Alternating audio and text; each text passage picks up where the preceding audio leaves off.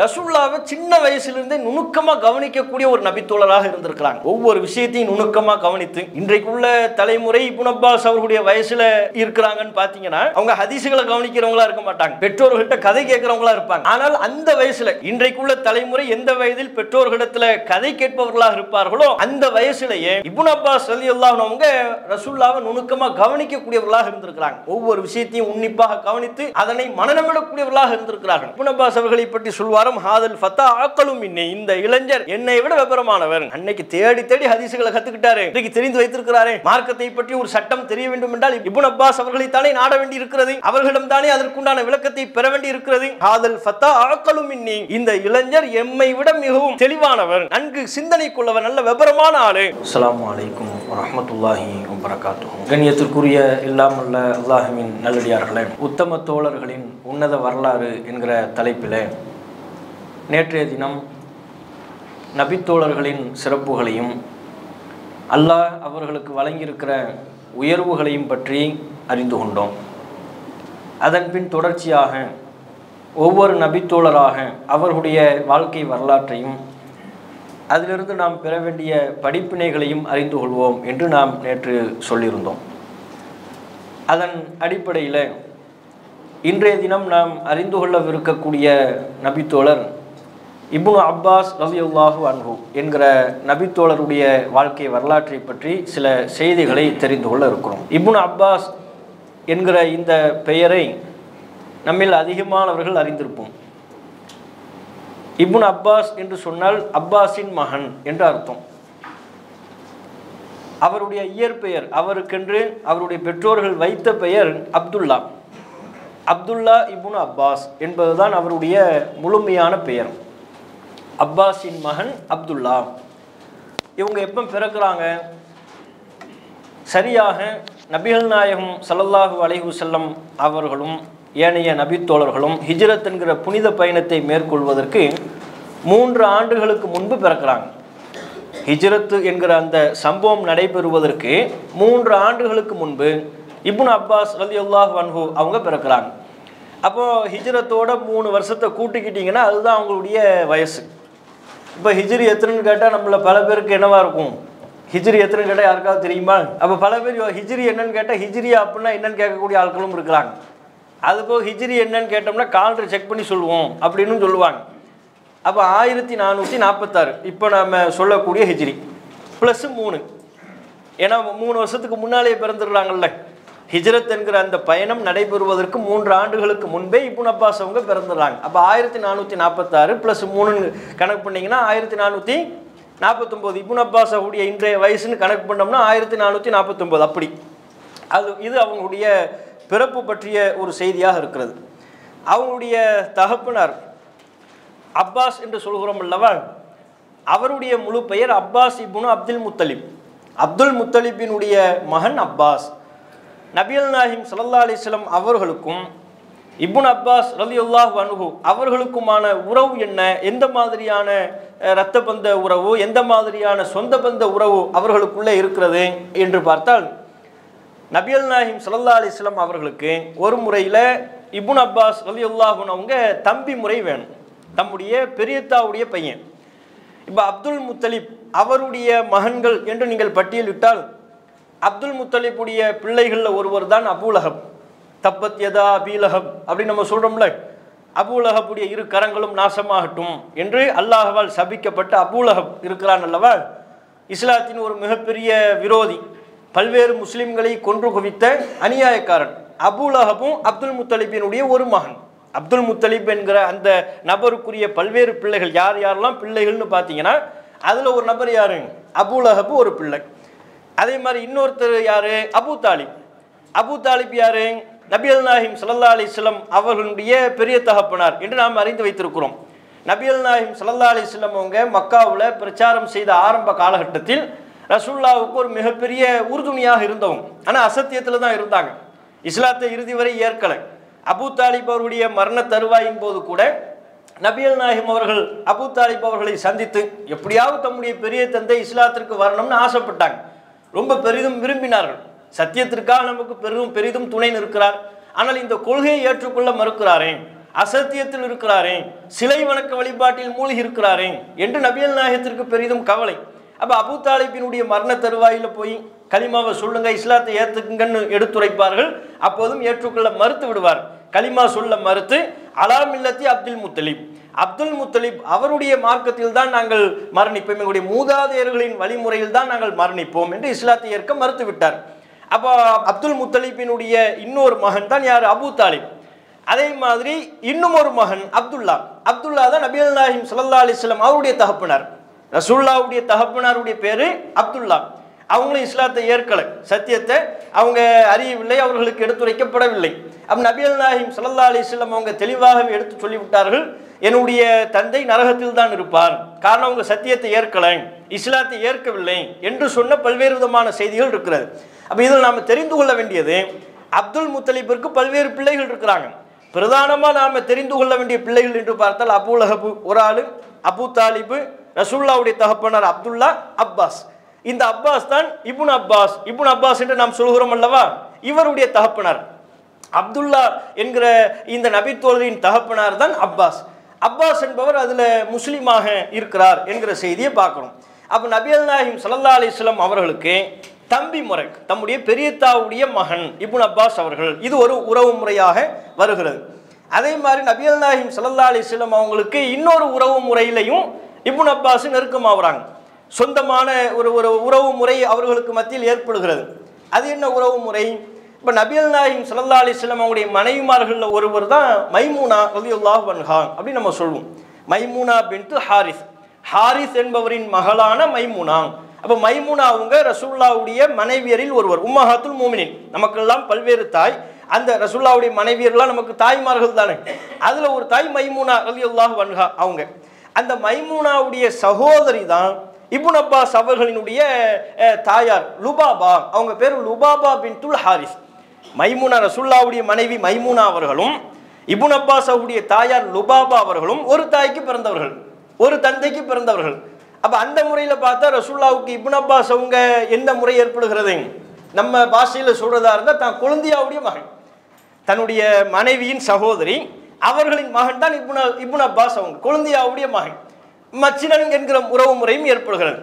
தந்தை வழியில் பார்த்தால் பெரிய தகப்பனாருடைய பையன் என்று பார்த்தால் ரசூலுல்லாஹ்வுக்கும் இப்னு அப்பாஸ் அவங்களுக்குமான உறவு தம்பி, அண்ணன் தம்பி. ரசூலுல்லாஹ் அண்ணன், இப்னு அப்பாஸ் அவங்க தம்பி, அண்ணன் தம்பி என்கிற உறவு முறை ஏற்படுகிறது. தம்முடைய மனைவியின் வழிமுறையில் பார்த்தால் மைமூனா தம்முடைய மனைவி, அந்த மைமூனாருடைய அக்கா லுபாபாவை தான் உம்முல் ஃபதுல் என்று சொல்வார்கள். ஃபதுலினுடைய தாயார், ஃபதுல் என்கிற பேரில் இப்னு அப்பாஸ் அவர்களுக்கு ஒரு சகோதரர் உண்டு. ஃபதுலின் தாயார் என்று தான் அவங்களுடைய பேர் உம்முல் ஃபதுல் என்று சொல்வார்கள். ஹதீஸுகளையும் உம்முல் ஃபதுல் என்று தான் குறிப்பிடப்படுகிறது. அவங்களுடைய இயற்பெயர் லுபாபா பின்துல் ஹாரிஸ். அப்போ தம்முடைய மனைவியின் அக்காவுடைய பையன், மனைவியினுடைய அக்காவுடைய பையன், கொழுந்தியாவுடைய மகன் என்கிற உறவு முறையும் நபிகள் நாயகம் ஸல்லல்லாஹு அலைஹி வஸல்லம் அவர்களுக்கும் இப்னு அப்பாஸ் அவர்களுக்குமான உறவு முறையாக இருக்கிறது. இது அவங்களுடைய உறவு முறை பற்றிய ஒரு சிறு குறிப்பு. இதில் இப்னு அப்பாஸ் என்கிற இந்த நபித்தோழருடைய வாழ்க்கை வரலாற்றை பார்க்கின்ற பொழுது சிறிய வயதிலேயே அவர்களுக்கு மார்க்கத்தின் மீது பெரிய அளவில் ஒரு ஈடுபாடு இருப்பதை நம்ம பார்க்கிறோம். குர்ஆன் வசனங்களை பற்றி தெரிந்து கொள்ள வேண்டும், குர்ஆன் வசனங்களை மனனமிட வேண்டும், நபிகள் நாயகத்திடமிருந்தும் பல்வேறு நபித்தோழர்களின் புறத்திலிருந்தும் இஸ்லாம் சம்பந்தமான சட்டத்திட்டங்களை அறிந்து கொள்ள வேண்டும் என்கிற மார்க்க அறிவை பெருக்கிக் கொள்ள வேண்டும் என்கிற பேரார்வம் இப்னு அப்பாஸ் ரலியல்லாஹு அன்ஹு அவர்களிடம் நிரம்பி இருக்கிறது. சிறிய வயதிலிருந்தே இப்னு அப்பாஸ் அவர்களுக்கு மார்க்கத்தின் மீது ஒரு ஆர்வம், ஒரு பிடிமானம். எந்த அளவுக்குன்னு சொன்னால் புகாரில பார்க்குறோம், 5035வது ஹதீஸாக பதிவு செய்யப்பட்டிருக்கிறது. இப்னு அப்பாஸ் அவங்க சொல்றாங்க, தூஃபிய ரசூலுல்லாஹி ஸல்லல்லாஹு அலைஹி வஸல்லம் வான இப்னு அஷ்ரி சினீன், நபி அவர்கள் மரணிக்கும் பொழுது எனக்கு 10 வயது என்று சொல்கிறார்கள். ஏனைய அறிவிப்புகளில் பார்த்தோம்னா 13 வயது என்று வருகிறது. ரசூலுல்லாஹ் மரணிக்கும் பொழுது இப்னு அப்பாஸ் ரலியல்லாஹு அன்ஹு அவர்களுக்கு வயசு என்ன? ரசூலுல்லாஹ் மௌத்தாகும் பொழுது இப்னு அப்பாஸ் அவர்களுக்கு 10 வயசு. மேனைய அறிவிப்பின்படி 13 வயசு. 10லிருந்து 13 வயசு இவ்வளவுதான் இருந்திருக்கிறது.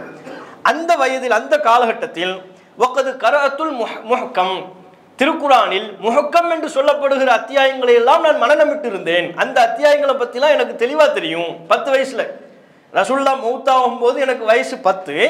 அந்த காலகட்டத்திலேயே முஹக்கம் என்று திருக்குரானில் சொல்லப்படுகிற அத்தியாயங்களை பற்றி எல்லாம் நான் அறிந்து வைத்திருந்தேன்.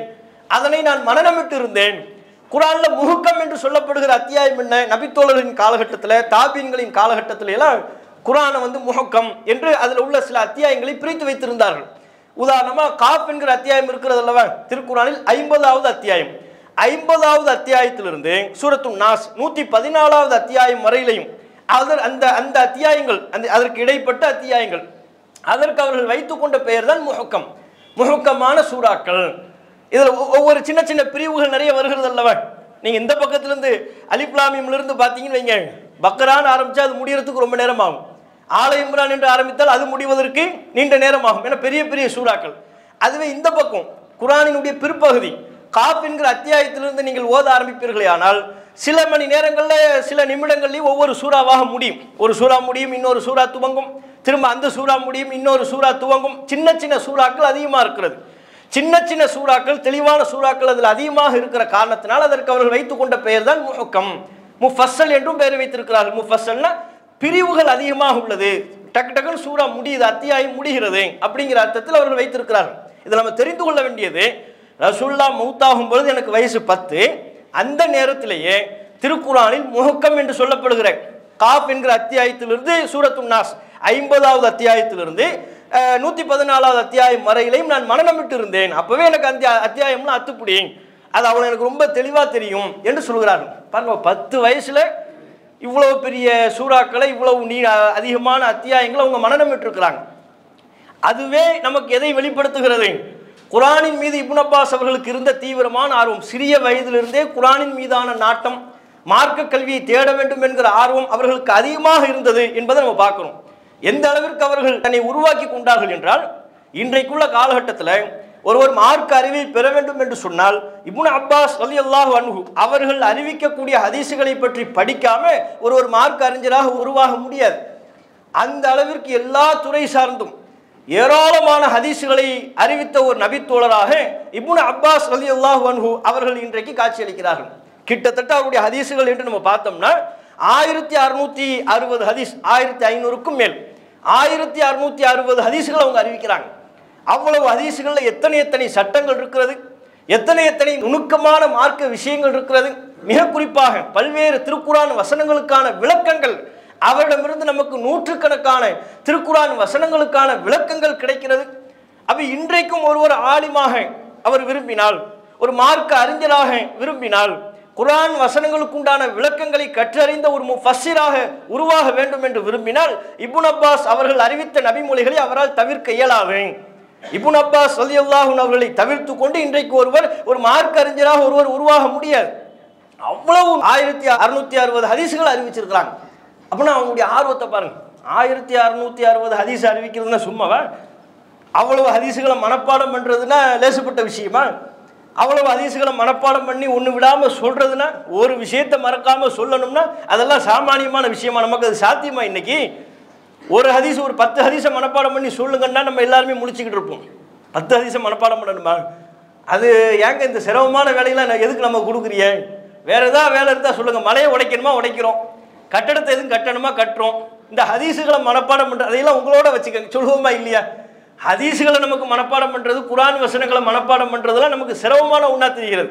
இப்போ இன்னைக்கு இந்த சபையில் சொல்றோம், எல்லாரும் நாளைக்கு வரும்போது இந்த ஹதீஸை மனப்பாடம் பண்ணிட்டு வாங்கன்னு சொன்னோம்னா யாரும் வருவோமா? உங்க சபையில் நான் இருந்தாலும், ஆக இவங்க பயானு கேட்கணும்னு வந்தோம்னா ஹதீஸை மனப்பாடம் பண்ணிட்டு வர சொல்றாங்க. இது உருப்பட இந்த சபை நமக்கு சரிப்பட்டு வராது, நமக்குரிய சபை அல்ல, சபையை மாத்திர வேண்டியதுதான். அதுதானே யதார்த்த நிலை. அப்போ பாருங்க, 1660 ஹதீஸுகளை அறிவிச்சிருக்கிறாங்க.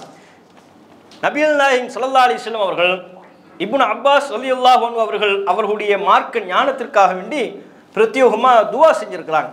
அது தொடர்பான சம்பவத்தை புகாரில் 143, அஹ்மதுல 3032 இந்த இலக்கத்தில் பதிவு செய்யப்பட்ட ஹதீஸுகளை பார்க்கணும். என்னன்னா, நம்ம ஆரம்பத்திலே சொன்னோம், ரசூலுல்லாஹ்வுடைய மனைவி மைமூனா ரலியல்லாஹு அன்ஹா அவங்க இப்னு அப்பாஸ் அவங்களுக்கு சின்னம்மா, தான் அம்மாவுடைய கூட பிறந்த தங்கச்சி. அப்போ அந்த உறவு முறையின் அடிப்படையில் ரசூலுல்லாஹ்வுடைய வீட்டுக்கு தங்குவாங்க.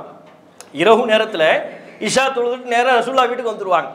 வயசும் கம்மி, உறவு முறையில் பார்த்தாலும் மகரமான உறவு, அம்மாவுடைய கூட பிறந்த தங்கச்சி, சின்னம்மா முறை வருகிறது. நேராக வருவாங்க, மைமூனா அவங்க வீட்டில் தூங்கிடுவாங்க. அங்கே தான் ரசூலுல்லாஹும் இருப்பாங்க.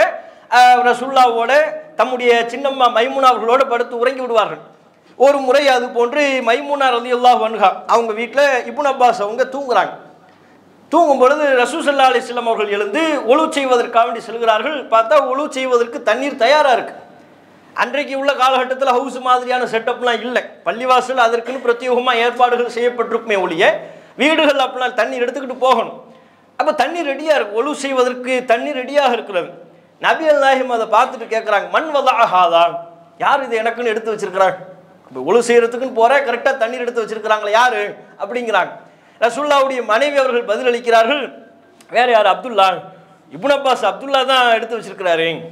அப்படியா? உடனே ரசூல் ஸல்லல்லாஹு அலைஹி வஸல்லம் அவர்கள் அந்த நேரத்தில் தனக்காக பணிவிடை செய்த அந்த நேரத்தில் தான் நபிகள் நாயகம் ஸல்லல்லாஹு அலைஹி வஸல்லம் அவங்க துஆ செய்கிறாங்க, அல்லாஹும்ம ஃபக்ஹிஹு ஃபித்தீன், இறைவா இவரை மார்க்கத்தில் சிறந்து விளங்கச் செய், மார்க்க ஞானத்தை இவருக்கு தாராளமான முறையில் வாரி வழங்கு, அல்லிமுஹு தஅவீல், மார்க்கத்திற்கு உண்டான தஅவீல் விளக்கத்தையும் இறைவா இவருக்கு நீ கற்றுக் கொடு என்று நபிகள் நாயகம் ஸல்லல்லாஹு அலைஹி வஸல்லம் அவங்க இப்னு அப்பாஸ் ரலியல்லாஹு அன்ஹுவுடைய மார்க்க ஞானத்திற்காக பிரத்யோகமாக துஆ செய்தார்கள் என்கிற சம்பவத்தை பார்க்கிறோம்.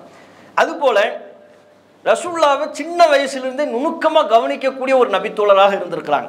ஒவ்வொரு விஷயத்தையும் நுணுக்கமாக கவனித்து இன்றைக்குள்ள தலைமுறை இப்னு அப்பாஸ் அவர்களுடைய வயசில் இருக்கிறாங்கன்னு பார்த்தீங்கன்னா அவங்க ஹதீஸுகளை கவனிக்கிறவங்களா இருக்க மாட்டாங்க, பெற்றோர்கள்ட்ட கதை கேட்குறவங்களா இருப்பாங்க. ஆனால் அந்த வயசில் இன்றைக்குள்ள தலைமுறை எந்த வயதில் பெற்றோர்களிடத்தில் கதை கேட்பவர்களாக இருப்பார்களோ அந்த வயசுலேயே இப்னு அப்பாஸ் ரலியல்லாஹு அன்ஹு அவங்க ரசூலுல்லாஹ்வை நுணுக்கமாக கவனிக்கக்கூடியவர்களாக இருந்திருக்கிறாங்க. ஒவ்வொரு விஷயத்தையும் உன்னிப்பாக கவனித்து அதனை மனநமிடக்கூடியவர்களாக இருந்திருக்கிறார்கள். அது போன்ற ஒரு சம்பவம் நாம் பார்க்குறோம். புகாரியில் 183வது செய்தியாக பதிவு செய்யப்பட்டிருக்கிறது. மைமூனா அவங்க வீட்டில் தங்குறாங்க, சின்னம்மா வீடு, அங்கே தங்குறாங்க, ரசூலுல்லாஹ்வும் அங்கே இருக்கிறாங்க. இப்னு அப்பாஸ் அவங்க சொல்கிறாங்க, ஒரு தலையணை தான் இருந்தது, அதில் நான் ஒரு ஓரத்தில் படுத்துக்கொண்டேன், நபிகள் நாயகமும் ரசூலுல்லாஹ்வுடைய மனைவி மைமூனா அவர்கள் இருவருமே அந்த தலையணையின் இன்னொரு புறத்தில் படுத்து கொண்டார்கள். ஒரு தலையணையில் 3 பேர் படுக்கிறாங்க, நான் ஒரு ஓரத்திலும் ரசூலுல்லாஹ்வும் என்னுடைய சின்னம்மா மைமூனா அவர்களும் இன்னொரு ஓரத்தில் படுத்து கொண்டார்கள். பாருங்க, ஆளுக்கு ஒரு தலையணைலாம் இல்லை. இன்னைக்கு நமக்கு தலைக்கு ஒரு தலையணை, இடுப்புக்கு ஒன்று வச்சுக்குவோம். கேட்டால் என்ன, முதுகு பெண்ட் ஆயிடுச்சு, வயசு எத்தனைப்பா, 23, குனிஞ்சா நிமிர முடியல, நிமிர்ந்தா கீழே உட்கார முடியல, உட்கார்ந்தா 2 பேரும் கை கொடுத்து எழுந்திருக்க வேண்டியதாக இருக்குது, இடுப்பு எலும்பு L5 போயிடுச்சுங்கிறாரு. வயசு எத்தனைன்னு கேட்டோம்னா என்னவா இருக்கும், 23, 24, 28, இந்த வயசுல நமக்கு இவ்வளோ நோய்கள் வந்துடுது. அங்கே குறுக்குக்கு ஒரு தலைவாணி வைப்போம், காலுக்கு ஒரு தலையணை வைத்திருப்போம். அப்படியே சில பேர் கட்டில இருந்து கீழே விழுந்து படுத்தா அதுக்கு சேஃப்டியாக கீழே ஒரு தலைவாணிலாம் போட்டு வச்சுருப்பாங்க. அவ்வளவு தலைவாணி வளைச்சு நமக்கு தலையணைகள் இருக்கும், மெத்தைகள் இருக்கும்.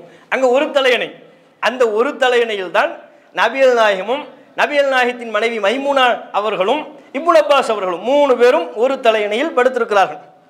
இதை இப்னு அப்பாஸ் அவங்க சொல்கிறாங்க, படுத்திருந்தோமா, இரவு பாதி கழிந்து விட்டது, கொஞ்சம் முன்ன பின்ன இருக்கலாம்ங்கிறாங்க, பாதி இரவு கழிந்து விட்டது, கொஞ்சம் முன்பின்னாக இருக்கலாம். நபிகள் நாயகம் எழுந்தார்கள். எப்படி கவனிக்கிறாங்க பாருங்க, இஸ்தைகத ரசூலுல்லாஹி ஸல்லல்லாஹு அலைஹி வஸல்லம், அல்லாஹ்வின் தூதர் எழுந்தார்கள். ஃபஜலஸ, எழுந்து அமர்ந்தார்கள். எம்ஸஹுன் நௌம அன் வஜ்ஹிஹி பியதிஹி, தம்முடைய கரத்தால் முகத்தை தடவி தூக்கத்தை போக்கினார்கள். இப்படி நல்ல அப்படி முகத்தை அப்படி தடவி தூக்கத்தை போக்குறாங்க. சும்ம கர அல் அஷ்ரல் ஆயாத்தில் ஹவாத்திம மின் சூரத்தி ஆலி இம்ரான், பிறகு ஆலி இம்ரான் என்கிற அத்தியாயத்தின் இறுதி 10 வசனங்களை நபி அவர்கள் ஓதினார்கள். பாருங்க, தூக்கத்திலிருந்து பாதி இரவு கழிந்ததற்கு பிறகு நடுநிசி நேரம் ரசூலுல்லாஹ் எழுந்திருக்கிறாங்க. இது இப்னு அப்பாஸ் அவங்க பார்த்துக்கிட்டு இருக்கிறாங்க. ரசூலுல்லாஹ் எழுந்தாங்க, உட்கார்ந்தாங்க, படுக்கையிலேயே உட்கார்ந்தாங்க, முகத்தை தடவி தூக்கத்தை போக்குனாங்க. போக்கி உட்கார்ந்த நிலையிலேயே ஆல இம்ரான் என்கிற அத்தியாயத்திலிருந்து 3வது அத்தியாயத்திலிருந்து இறுதி 10 வசனங்களையும் ஓதினார்கள். இன்ன ஃபீ ஹல்கி ஸமாவாத்தி வல் அர்த் வக்திலாஃபில் லைலி வன் நஹார் என்று ஆரம்பிக்கிற அந்த வசனத்திலிருந்து வானம் பூமியை படைத்திருப்பதிலையும் இரவு பகல் மாறி மாறி வருவதிலையும் பல்வேறு அத்தாட்சிகள் இருக்கிறது, சான்றுகள் இருக்கிறது என்று கருத்துப்பட உள்ள வசனம். அதோட வானத்தை பார்த்து சொல்வதை போல, ரப்பனா மா ஹலக்த ஹாதா பாத்திலா, இறைவா இவைகளை நீ வீணாக படைக்கவில்லை, சுபஹானக் நீ தூயவன், ஃபக்னா அஸாபன்னார், நரக வேதனையிலிருந்து இறைவா எங்களை காப்பாயாக என்ற கருத்துக்கள் அந்த வசனங்களில் இடம்பெற்றிருக்கிறது. இதை ரசூலுல்லாஹ் ஓதுறாங்க. இதை ஓதினார்கள். சும்ம, பிறகு எழுந்து உலு செய்வதற்காக சென்றார்கள். ஃபதவல்லஅ மின்ஹா ஃபஅஹ்ஸன உதுஅஹு, அழகிய முறையில் ஒலு செய்தார்கள். சும்ம காம யுசல்லி, பிறகு தொழுகைக்காக வேண்டி எழுந்தார்கள். அழகிய முறையில் ஒலு எல்லாத்தையும் கவனிக்கிறாங்க. எழுந்தாங்க, எழுந்து மூஞ்ச லேசாக துடைக்கிறது, ஒலு செய்கிறது, அந்த ஒலுவை நிறுத்தி நிதானமாக அழகிய முறையில் ஒலு செய்வது. அழகிய முறையில் ஒழு செய்கிறது தான் இன்றைக்கி நம்மளை பல பேருக்கு உள்ள பிரச்சனையாக இருக்கும். ஏன் ஒழு வேக வேகமாக வர்றது, வரும்போது நிதானமாக வர்றதில்லை, அவ்வளோ நேரம் நமக்கு இருக்கும். அந்த நேரத்தையெல்லாம் விட்டு கடைசி இந்த இக்காமத்து சொல்கிற நேரத்தில் தான் நமக்கு ஒரு ஜதுப்பு கிளம்பு, நமக்கு ஒரு வேகம் வரும் பாருங்க. வேகமாக ஓடி வந்து ஆல்ரெடி ஹவுஸில் ஒழு செஞ்சுட்டு இருக்கிறவரெல்லாம் இடித்து முட்டி மோதி தள்ளி வேகமாக ஒழு செஞ்சுக்கிட்டு இருப்பார். அதில் தான் என்னவாகும்னா கால்கள் சரியாக கழுவப்படாமல் போயிடும், கைகள் சரியாக கழுவப்படாமல் போயிடும். தொழுகைக்கு ஒழு செய்கிறதுனா அவசரமாக ஒழு நிறுத்தி நிதானமாக அழகிய முறையில் ஒழு. நீங்கள் ஒழு செய்தல், நபிகள் நாயகம் ஒழு செய்தார்கள் என்று வரக்கூடிய வாசகங்களெல்லாம் நீங்கள் பாருங்கள். அது தொடர்பாக இடம்பெறக்கூடிய ஹதீசுகளெல்லாம் எடுத்துப்பார்கள். ஒழு செய்தார்கள், அதை அழகிய முறையில் செய்தார்கள். ஒழு செய்தார்கள், அதை அழகிய முறையில் செய்தார்கள். யார் தொழுகைக்காக ஒழு செய்து அந்த ஒழுவை அழகிய முறையில் செய்து, இப்படி தான் வரும். அப்போ ஒழுவை நிறுத்தி நிதானமாக செய்யணும். தொழுகைக்கு அல்லாஹ் வணங்குறதுக்குன்னு வரணும். அப்படி வருவதற்காக நம்மை தயார்படுத்தி கொள்வதற்கு ஒழு செய்கிறோம். அந்த ஒழுவை அவசர கதியில் இல்லாமல் ஒரு படபடப்பாக என்னமோ பெரிய அளவுக்கு ஒரு பரபரப்பான ஒரு செய்யக்கூடிய ஒரு செயலாக அதை மாற்றிடுறாங்க. அதனால தான் இப்போ கால் கழுவும் போதெல்லாம் பார்த்தீங்கன்னு வைங்க, தண்ணி ஓடிக்கிட்டு இருக்கும். இப்படிங்குவார், திரும்ப இப்படிங்குவார், ஃபஸ்ட்டு வலது காலை காட்டுவார், திரும்ப இடது காலை காட்டுவார், இங்கேருந்து 1/4 கிலோமீட்டர் தள்ளி போவார். இங்கே தண்ணி ஓடிக்கிட்டு இருக்கும். எங்கே இங்கேருந்து அங்கெங்கே ஓடுறான்னு பார்த்தா அங்கே ஏதோ கல் இருக்குதா, அந்த கல்லை பச்சை பசேல் இருக்குமோ அதில் போய் கால் பாதத்தை என்ன செய்யணுமா, துடைக்கணுமா, இப்படியே துடைப்பார். இப்படிங்குவார் ஒரு 10 நிமிஷமாக அங்கே டான்ஸ் ஆடிக்கிட்டு இருப்பார். திரும்ப மறுபடியும் அந்த பைப்பு தண்ணி போய்கிட்டு இருக்குதுல்ல, அது ஒரு 50 லிட்டர் தண்ணி போயிருக்கும். திரும்ப அந்த தண்ணிக்கு வருவார், திரும்ப வலது காலை காட்டுவார், திரும்ப இடது காலை காட்டுவார். அப்போ தண்ணீர் வீண் விரயமாகுது. ஒழு செய்வதில் வரமும் மீறக்கூடிய ஒரு செயல். இதெல்லாம் இல்லாமல் கழுவப்பட வேண்டிய பகுதிகள் சரியாக கழுவணும், நிறுத்தி நிதானமாக செய்யணும், அழகிய முறையில் ஒழு செய்யணும். இதை நபிகள் நாயகம் செய்தார்கள் என்பதை இப்னு அப்பாஸ் அவங்க குறிப்பிடுறாங்க. அழகிய முறையில் ஒழு செய்தார்கள், பிறகு தொழுகைக்காக வேண்டி எழுந்தார்கள். சும்ம தஹபுது ஃபகும்து, நானும் எழுந்தேன். நபிகள் நாயகம் ஸல்லல்லாஹு அலைஹி வஸல்லம் அவர்களின் பக்கத்தில் போய் நின்றேன். இப்னு அப்பாஸ் அவங்களும் எழுந்து ஒழு செய்து ரசூலுல்லாஹ் தொழுது கொண்டிருக்கிறார்கள் அல்லவா, அவங்க இடப்பக்கத்தில் போய் நின்று விட்டார்கள். அவங்க ஒரு ஓரமாக இடப்பக்கத்தில் போய் நின்று விட்டார்கள். நபிகள் நாயகம் ஸல்லல்லாஹு அலைஹி வஸல்லம் அவங்க தம்முடைய கையால், வலது கையால் இடப்பக்கத்தில் இருக்கிற இப்னு அப்பாஸ் அவருடைய காதை பிடித்து திருகி தம்முடைய வலப்பக்கத்தில் நிறுத்தினார்கள். அதற்கு பிறகு வித்திரு தொழுதார்கள். அதற்கு பிறகு கொஞ்சம் சற்று சாய்ந்தார்கள். பிலால் அவங்க வந்தாங்க, பாங்கு சொன்னாங்க. பாங்கு சொல்லியதற்கு பிறகு எழுந்து நபிகள் நாயகம் ஸல்லல்லாஹு அலைஹி வஸல்லம் அவங்க சுபுடைய முன் சுன்னத் 2 ரக்காத் தொழுதாங்க. அதுக்கப்புறம் பள்ளியில் போய் தொலை வச்சாங்க. இவ்வளவு செய்தியையும் புகாரில் 183வது இலக்கத்தில் பதிவு செய்யப்பட்ட ஹதீஸாக இருக்கிறது. இது இப்னு அப்பாஸ் அவங்க குறிப்பிடுறாங்க. இதிலிருந்து தான் நமக்கு ஒரு சட்டமும் கிடைக்கிறது. இமாமோடு ஒருவர் மாத்திரம் தனித்து தொழும் பொழுது அவர் இமாமின் வலப்புறத்தில் நிற்க வேண்டும், இமாமுடைய இடப்புறத்தில் அவர் நிற்கக்கூடாது என்கிற சட்டம் இப்னு அப்பாஸ் அவர்கள் அறிவிக்கக்கூடிய இந்த செய்தியிலிருந்து தான் நாம் பெறுகிறோம். அதே போல் ஒருவர் தொழுது கொண்டிருக்கிறார், அவர் என்ன தொழுகிறார் என்று நமக்கு தெரியவில்லை. திடீரென்று நாம் அவரை இமாமாக ஏற்படுத்தி கொள்ளலாமா? ஏற்படுத்தி கொள்ளலாம். நீங்கள் தாமதமாக வர்றீங்க, மக்ரிபு தொழலை, தாமதமாக வர்றீங்க, முன்னால் ஒருவர் தொழுது கொண்டிருக்கிறார், சுன்னத் தொழுது கொண்டிருக்கிறார், நீங்கள் உங்களுக்கு ஜமாத்தாக தொழுவதற்கு ஆளும் இல்லை, அவரை நீங்கள் இமாமாக ஏற்படுத்தி கொள்ளலாமான்னு அவருடைய வலப்பக்கத்தில் போய் நின்று அவரை இமாமாக ஏற்படுத்தி கொள்ளலாம். ஏன்னா நபிகள் நாயகம் தொழுகையை ஆரம்பிக்கும் பொழுது இமாமுடைய நியத்தில் தொழுகையை ஆரம்பிக்கலை. ரசூலுல்லாஹ் ஃபஸ்ட்டு தனியாக தான் தொழுகையை ஆரம்பிக்கிறாங்க. இப்னு அப்பாஸ் அவர்கள் திடீரென்று தான் நபிகள் நாயகத்தை இமாமாக ஏற்படுத்தி கொள்கிறார்கள். இடப்பக்கத்தில் போய் நின்றதைத்தான் தவறு என்று நபிகள் நாயகம் சுட்டி காட்டினார்களே ஒழிய திடீரென்று தம்மை இமாமாக ஆக்கியதையே தப்புன்னு ரசூலுல்லாஹ் சொல்லலை. நீங்கள் என்ன இமாமா ஆக்குனீங்க, போங்க தள்ளி போங்க, தனியாக தொழுங்க அப்படின்னு ரசூலுல்லாஹ் விரட்டி விடலை. அப்போ திடீரென்று இமாமாக ஆக்கப்பட்டதை நபிகள் நாயகம் அங்கீகரிக்கிறார்கள், இடப்பக்கத்தில் நிற்பதை தவறு என்று சுட்டி காட்டுகிறார்கள். அப்போ இந்த 2 விதமான ஒரு நுணுக்கமான சட்டம் இந்த ஹதீஸிலிருந்து நமக்கு கிடைக்கிறது. இப்னு அப்பாஸ் அவர்கள் அறிவிக்கிற இந்த செய்தியிலிருந்து நமக்கு கிடைக்கின்றது. இதில் நாம் பார்க்க வேண்டியது அந்த வயசில் பாருங்கள், ரசூலுல்லாஹ் மௌத்தாகும் போது எனக்கு வயசு 10ன்ட்டாங்க. ஏனைய அறிவிப்பின்படி பார்த்தா கூட ஒரு 12, 13. அப்போ ரசூலுல்லாஹ் எவ்வளோ வாட்ச் பண்ணுறாரு, நடுநிசி நேரத்தில் எழுந்து ரசூலுல்லாஹ் ஒழு செய்கிறத வாட்ச் பண்ணுறாரு, குர்ஆன் வசனங்களை ஓதுவதை கவனிக்கிறார், தானும் எழுந்து ஒழு செய்து ரசூலுல்லாஹ்வோட போய் தொழுகையில் ஜாயின் பண்ணுறாங்கன்னா அப்போ எப்பேற்பட்ட பக்குவம் அந்த வயதில் அவர்களுக்கு இருந்திருக்க வேண்டும். இன்றைக்கி 10 வயசு பிள்ளைங்க தூங்கும்போது இப்படி தொழுகையில் உன்னிப்பாக கவனிக்கக்கூடிய ஒரு நிலையெல்லாம் இருக்குதா? ஒன்று முந்தைய ஆரம்ப காலகட்டமாக இருந்தால் பெற்றோர்கள்ட்ட கதை கேட்பாங்க, தூங்குறதுக்கு முன்னால் என்ன கதை சொல்லுங்கன்னு கேட்பாங்க. இன்றைக்கி கதை சொல்கிறதெல்லாம் இல்லை, எல்லாம் செல்ஃபோன் தான். செல்ஃபோனு கதை சொல்லும், அதை கேட்டுக்கிட்டு இருப்பாங்க, செல்ஃபோனில் கேம் விளையாடி கொண்டிருப்பார்கள். அப்போ அந்த பருவத்தில் அந்த வயதில் இருப்பவர்கள் இன்றைக்கு செயல்படக்கூடிய செயல்பாடுகளை பார்க்குறோம்.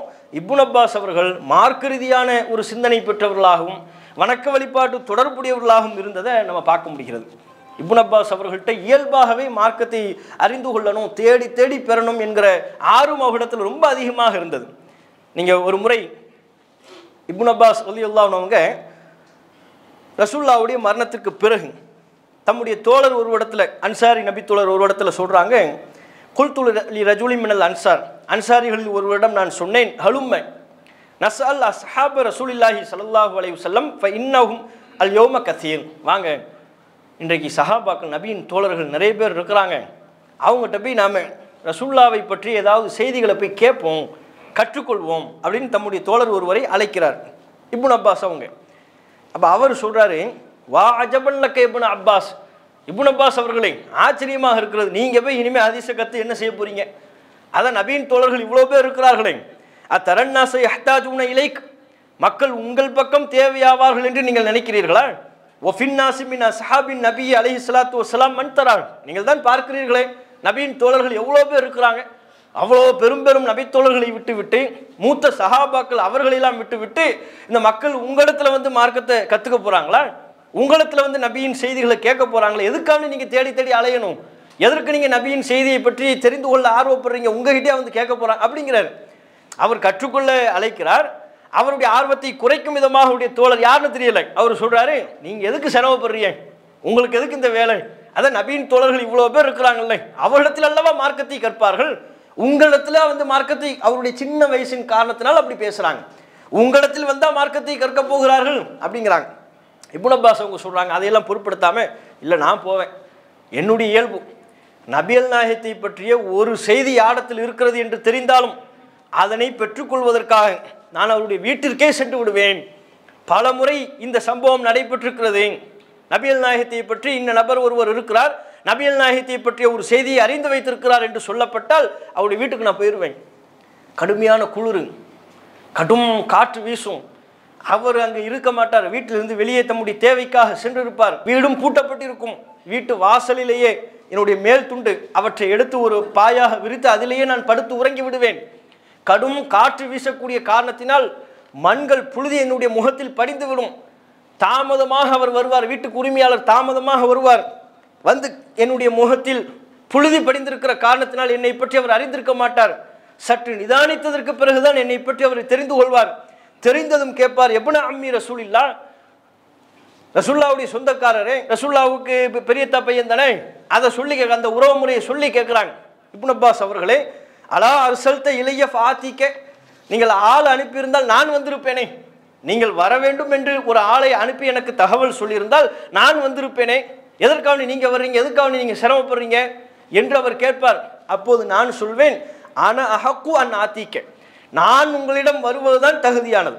ஏன், நான் உங்களை நலம் விசாரிக்க வரல, உங்களை பற்றி விசாரிப்பதற்கோ நம்முடைய சொந்த விஷயத்தை பற்றி பேசுவதற்கோ நான் வரவில்லை, வியாபாரத்தை பற்றி பேசுறதுக்கு வரல, நபியை பற்றிய ஒரு ஹதீஸ் உங்களிடம் இருக்கிறது, அந்த ஹதீஸ் என்ன, அந்த ஹதீஸை எனக்கு அறிவித்து தாருங்கள் என்று கல்வி கற்க நான் வருகிறேன்.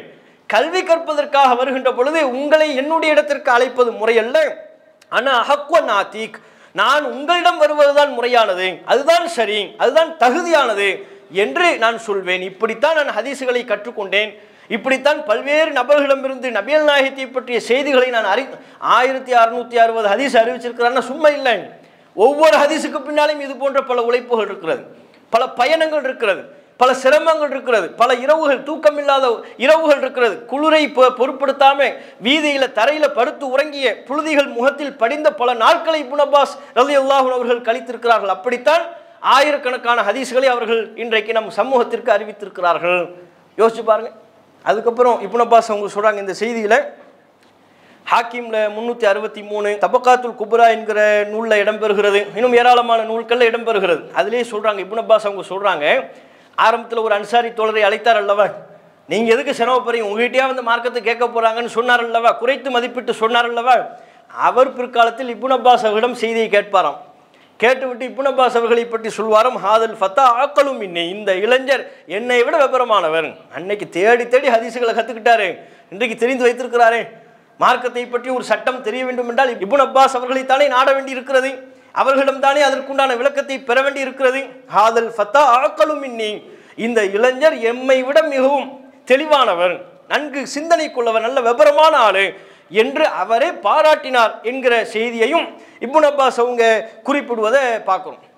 அது பாருங்க, ஹதீஸுகளை தெரிந்து கொள்ளணும் என்பதற்காக பயணப்பட்டு போயிருக்கிறாங்க. இன்னைக்கு நமக்கு அப்படிப்பட்ட சிரமம்லாம் இருக்கா? ஒரு ஹதீஸை தெரிந்து கொள்வதற்கு தான் அந்த பயணம். இரவு நேரத்தில் வீதி வாசலில் படுத்து உறங்கி இருக்கிறார்கள், கடும் குளிரில் அவர்கள் படுத்து உறங்கி இருக்கிறார்கள். நமக்கு அப்படிப்பட்ட சிரமங்கள் நிலைமைகள்லாம் இருக்கா? இன்றைக்கு நாம ஹதீஸுகளை தெரிந்து இஸ்லாமிய மார்க்கத்தினுடைய எந்த சட்டத்திட்டங்களை பற்றி தெரிந்து கொள்வதாக இருந்தாலும் வீட்டில் உட்கார்ந்துக்கிட்டே தெரியலாம். அதற்குண்டான அத்தனை வசதி வாய்ப்புகளையும் அல்லாஹ் நமக்கு வழங்கியிருக்கிறான். ஹதீஸ் நூல்கள், அவ்வளவு நூல்கள் தமிழாக்கம் இருக்கிறது. அத்தனை தமிழாக்கமும் இணையதளங்களில் கொட்டி கிடக்கிறது. இஸ்லாமிய மார்க்க கட்டுரைகள் அவ்வளவு இருக்கிறது. எந்த ஹதீஸு ஆதாரப்பூர்வமான செய்தி, எந்த ஹதீஸு பலவீனமான செய்தி, அந்த விவரங்கள் இணையதளங்களில் கொட்டி கிடக்கிறது. ஒரு வரலாற்று சம்பந்தமான செய்தியை நீங்கள் திரட்ட வேண்டும் என்று நினைத்தால் அதற்குண்டான எல்லா வசதி வாய்ப்புகளும் இன்றைக்கு இருக்கிறது. ஒரு நபித்தோழரின் வாழ்க்கை வரலாற்றை படிக்க விரும்பினால், ஆதாரப்பூர்வமான ஹதீஸ்களின் அடிப்படையில் படிக்க விரும்பினால் கூட அத்தனை தரவுகளும் இருக்கிறது. நேரத்தை நீங்கள் செலவு செய்தால் போதுமானது. சில மணி நேரங்களை அதற்கென்று ஒதுக்கினால் போதும். அதற்குண்டான அத்தனை வசதி வாய்ப்புகளும் இன்றைக்கு இருக்கிறது. வீட்டில் உட்கார்ந்தபடி யூடியூப்பில் பல செய்திகளை நாம் தெரிந்து கொள்ள முடியும். இணையதளங்களில் ஹதீஸ் சாஃப்ட்வேர்களின் மூலமாக பல்வேறு செய்திகளை தெரிந்து கொள்ள முடியும். பல சட்டங்களை நம்மால் அறிந்து கொள்ள முடியும். பல வரலாற்று செய்தியை நம்மால் தெரிந்து கொள்ள முடியும். அன்றைக்கு அவங்களுடைய காலம் அப்படி இல்லை.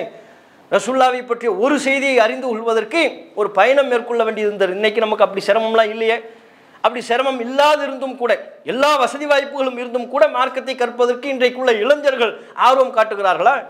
இப்னு அப்பாஸ் ரலியல்லாஹு அன்ஹு அவர்களை போன்ற ஒரு இளைஞராக உருமாற வேண்டும் என்று இப்னு அப்பாஸ் அவர்களை முன்மாதிரி மிக்க ஒரு இளைஞராக இன்றைக்குள்ள இளைய சமூகம் எடுத்துக்கொள்கிறார்களா? இப்னு அப்பாஸ் அவங்கள பற்றி படிக்கிறதுக்கெல்லாம் இன்னைக்குள்ள இளைய சமூகம் தயாராக இல்லை. அவங்கள பற்றி கேளுங்க, தெரியாது. யாருப்பா இப்னு அப்பாஸ் யார், அவங்க என்னென்ன ஹதீஸுகளை அறிவிச்சிருக்கிறாங்க அது தெரியாது. சினிமா நடிகரை பற்றி கேளுங்க, பக்கம் பக்கமாக சொல்வார். அந்த நடிகர் எத்தனை படங்கள் நடிச்சிருக்கிறாரு, லாஸ்ட்டாக என்ன படம், இன்றைக்கி என்ன புதுசாக ஒரு கட்சி துவக்கியிருக்கிறாரு, நம்ம சமூகத்துக்கு என்னென்ன கடைசியாக இஃப்தார் விருந்து வச்சார் பாய், மாஷா அல்லா கஞ்சி சூப்பராக இருந்துச்சுன்னு சொல்கிற அளவுக்கு சொல்லுவாங்க. இங்கே போய் கும்பலாக கிடக்குறாங்க. அப்போ இப்படி யார் இஃப்தார் விருந்து வச்சாலும் அதில் அது ஒரு அரசியல் தானே. அவங்களே நோன்பு வச்சுக்கிட்டா இஃப்தார் வைக்கிறாங்க. அவங்க எல்லாம் காலையிலேருந்து சஹர் நம்ம ஒரு 5 சஹர் எத்தனை பாங்கு சொல்லிட்டாங்களேன்னு பார்த்து அப்படி ஒரு நியத்தில் நோன்பு வைத்து அதன் பேர்லேயே நோன்பு திறக்கிறாங்க. எந்த கட்சிக்காரங்க இஃப்தார் விருந்து வச்சாலும் அது ஒரு அரசியல், அவங்க அரசியலுக்கு பண்ணுறாங்க. இதில் முஸ்லீம்கள் அதில் போய் போட்டி போட வேண்டிய அவசியம் என்ன இருக்கிறது? அந்த கூத்தாடிகளை முன்மாதிரியாக எடுக்க வேண்டிய தேவை என்ன இருக்கிறது? அதுக்கு பின்னால் ஆலிம்களை இளைஞர்களெல்லாம் வழிகெடுத்து அது அவரை பெரிய யார் ஒரு ஆலிம் பயன் பண்ணுறாரு. தளபதி அவர்கள் யார்? இந்த கூத்தாடி தளபதி அவர்கள் இப்போதான் 3 ரக்காத்து தொழுதாரு. இது வித்திரு தொழுதாரு. அவர் இன்னும் 3 ரக்காத்து தொழுதாருன்னு நமக்கு புரியலை. என்னப்பா பெரிய இமாமுங்கிறாங்க, மக்காப்பள்ளி இமாமு மதினாப்பள்ளி இமாமுங்கிறாங்க, பேசுகிறாங்க.